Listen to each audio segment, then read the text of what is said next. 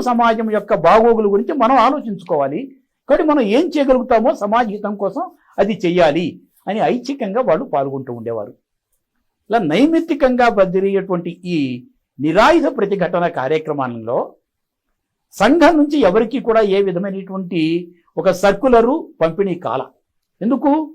నైమిత్తిక కార్యక్రమాలలో స్వయం సేవకులు ఐచ్ఛికంగా పాల్గొంటారు. కొంతమంది పాల్గొనవచ్చు, కొంతమంది ఏవైనా కారణాల వల్ల పాల్గొనలేకపోవచ్చు. రాష్ట్రీయ స్వయం సేవక సంఘ నిర్మాత సరసంఘ చాలక అయిన తర్వాత కూడా ఉప్పు సత్యాగ్రహం, దండి సత్యాగ్రహం జరిగే రోజుల్లో గాంధీజీ పిలుపు మేరకు మహారాష్ట్ర ప్రాంతంలో ఉప్పు సత్యాగ్రహానికి అవకాశం లేదు కాబట్టి అటవీ సత్యాగ్రహంలో పాల్గొంటూ సరసంఘ చాలకు బాధ్యతను వేరే వాళ్ళకి అప్పచెప్పి హిందూ సమాజ ఘటకుడుగా, స్వాతంత్ర్య సమర యోధుడుగా ఆయన అటవీ సత్యాగ్రహంలో పాల్గొన్నారు.